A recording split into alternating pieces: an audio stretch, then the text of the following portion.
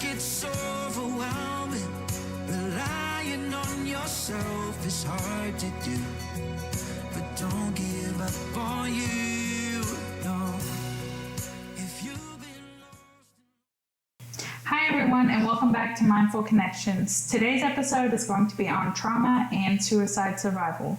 My name's Emily. And I'm Levon, and this is the podcast where we talk openly and honestly about mental health, healing, and hope. Today's episode is a sensitive but important one. We're talking about trauma, mental health struggles, and surviving a suicide attempt. If you're listening and this feels heavy, please know it's okay to pause or come back later. And if you ever find yourself in a crisis in the U.S., you can always dial 988 to connect with the Suicide and Crisis Lifeline. You are not alone. And with that being said, I want to welcome today's guest, Sandy. Thank you so much for being here and sharing your story with us. Thank you guys for having me. Of course. So before we dive in, can you tell us a little bit about who you are today outside of your mental health journey, maybe something about your hobbies, work, or what brings you joy? Sure. Well, I'm a wife and a mom. I enjoy watching my kids play football. They just got into that in the last 2 years, and so that's been fun to watch them out on the field. For work, I'm a marketing manager. I love my job. I do a lot of graphic design, Google ads, things like that. It's a lot of fun to me. And my absolute favorite thing that I love to do is to go fishing. I don't get to do it enough, but I absolutely love to go out and go fishing by myself. It's just so peaceful and serene. Yeah. So, talking about trauma, you've been through some really difficult experiences in your life. Without going into too much detail, so you're not uncomfortable while you're sharing, can you tell us a little bit about some of the challenges and traumas that shaped your mental health journey?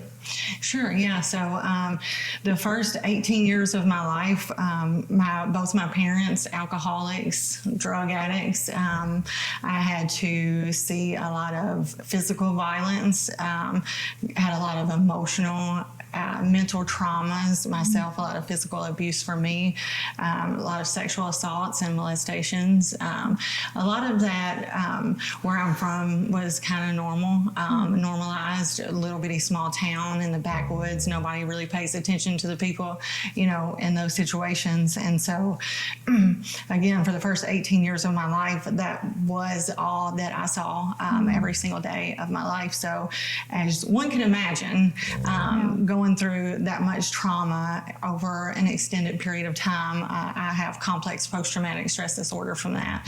And of course, along with that comes a lot of flashbacks and things like that I've had to deal with and try to heal myself from for the last 20 years. So the first 18 years was about the abuse, and the last 20 years I've spent trying to heal from that. Wow. We are so sorry that you had to go through that experience. Thank you. Thank you so much for sharing. Yeah. Sure, thank you. You definitely are brave overcoming that. Thank you. Yes.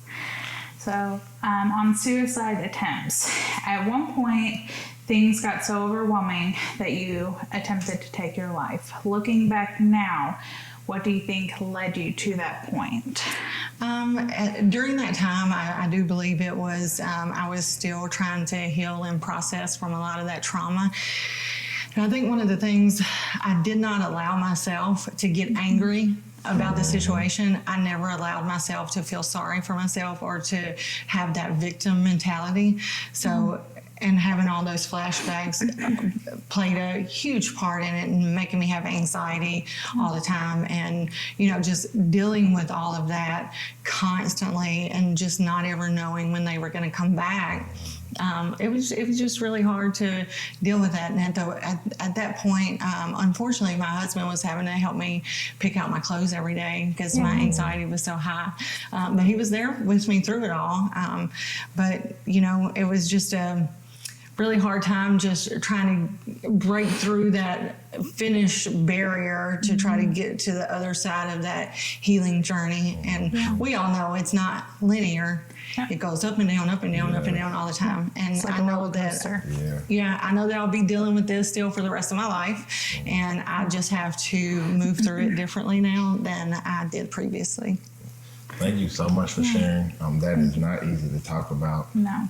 In some of those darkest moments, what kind of feelings or beliefs about yourself were weighing on you the most? Sure. Those feelings of worthlessness and those feelings of you're never going to be good enough, or my family would be better off without me, for sure. That was the main thing, because obviously with somebody who has been through a lot of trauma, I come with a lot of issues. and I know this.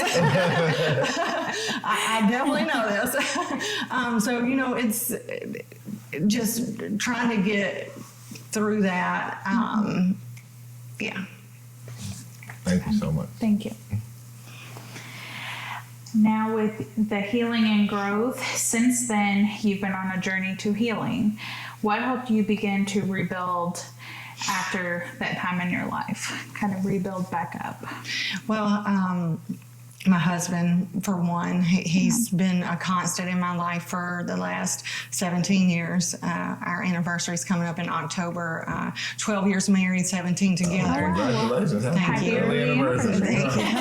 He has been the constant in my life, and I truly believe his influence and the person that he is has definitely helped mold and shape me into the person that I've always wanted to be.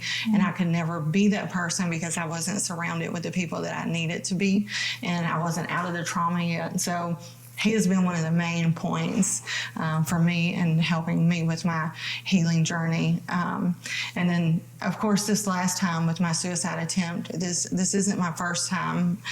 This was actually my fourth attempt. And so I knew at that point that I had to get serious about healing and really figuring out how to help myself, because nobody else is going to do it for me. I have to do it for myself. So I did seek out alternative treatments for my medication-resistant complex post-traumatic stress disorder, and I was able to get ketamine IV infusions for my flashbacks. And even though I still do sometimes deal with flashbacks, now they're not as severe as they once were, and I can deal with them a lot better now. That is amazing. So glad that you got the treatment that you need. So how are you currently taking care of your mental health currently, as opposed to how you used to take care of your mental health back then?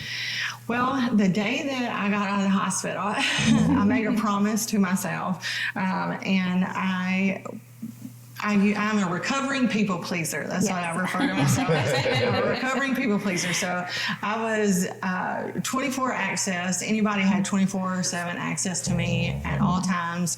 And when I got out of the hospital, I drew a boundary for myself. I turned my phone on silent, and that was almost 4 years ago, and my phone is still on silent.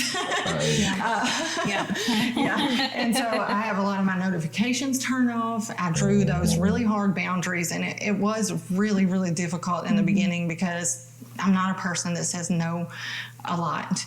And so it was helpful, and it was important for me to draw that really hard line in the sand and say, in order for me to get healthy and be good for myself and my family, I have to draw those boundaries for everybody else. So that's been really helpful for my healing and getting through all of this. And I take time for myself now. When I'm feeling overwhelmed, I will tell anybody I'm with now that I need a break. And I didn't used to do that for myself. I just chug through it, put a mask on and get through it. But I feel like masking doesn't help. You got to move through those emotions. You got to live in that anxiety and appreciate it for what it is, and be able to move through it. Sometimes it is hard to take a step back and kind of focus on yourself rather than others. I have a lot of problems with that as well, so I completely relate. It definitely felt foreign at first, and I felt really selfish. But sometimes you have to be selfish for yourself to be mentally okay. Definitely. If you don't put you first, who will? Right. And you cannot pour into somebody else's cup if yours is empty. Exactly. Say it again. Please tell the people that. I've always lived by that. You can't help take care of somebody else if you don't take care of yourself first. So you are always most important. So, well, with some advice and hope, for someone listening who might be in the same kind of dark space, what would you want them to hear from you? Or what's some advice that you could give them?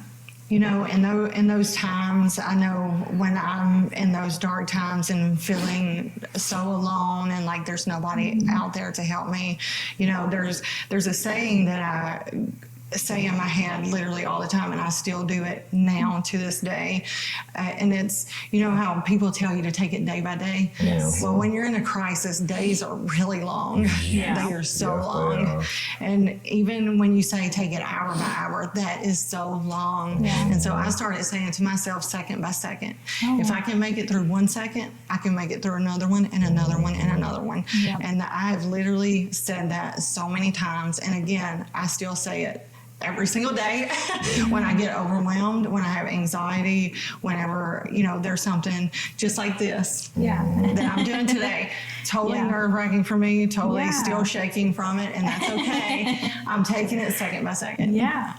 And I'm moving through it. Yeah, we When you're- definitely. Yeah, I'm sorry. I was just gonna say we definitely appreciate you being here and taking the time to talk with us and let us know some of your experiences. I appreciate that. You're doing great. So Thank yeah. you. Yes.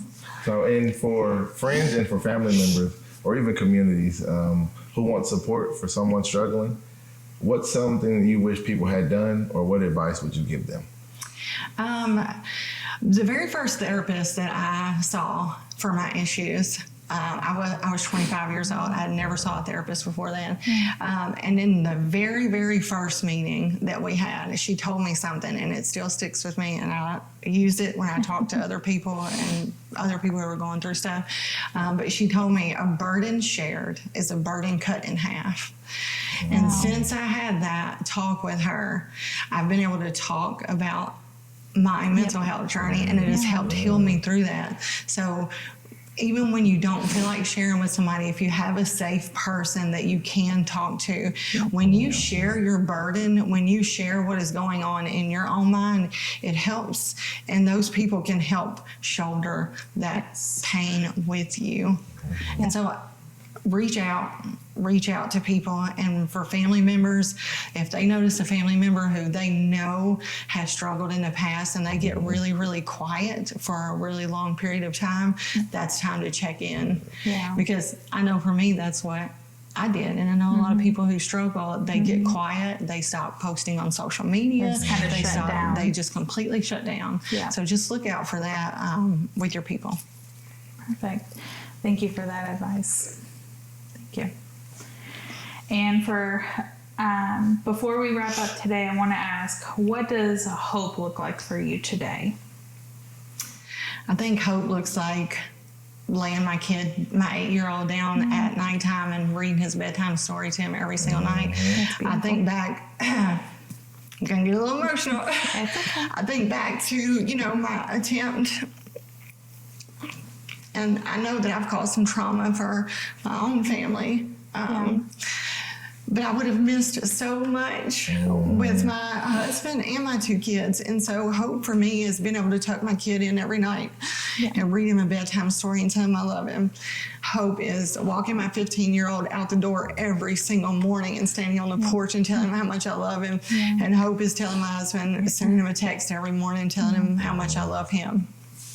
That's what hope looks like for me. Thank you. The world is That's a much beautiful. better place because you are here, Sandy. Yeah. Thank you. Thank you so much for your courage and your honesty and sharing your story with us. Conversations like this Yes. save lives by breaking stigmas and reminding people that they're not alone. Yeah, Awesome, definitely. yeah. Thank you. To anyone listening, if you are struggling, please reach out. You can dial 988 for the Suicide Crisis Lifeline, and you can talk to someone on there. Wherever you are, there are always people that are around that care about you and that want you to seek help. Yes. And always remember, take care of yourselves, Yes. take care of each other, and remember, healing is possible and your life matters. You are loved, you are enough, and you matter. Thank you for tuning in. Thank you for our guest, Sandy, you. for joining us today.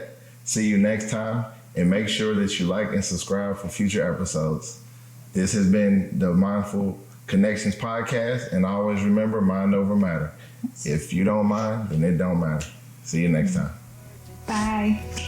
But don't give up on you.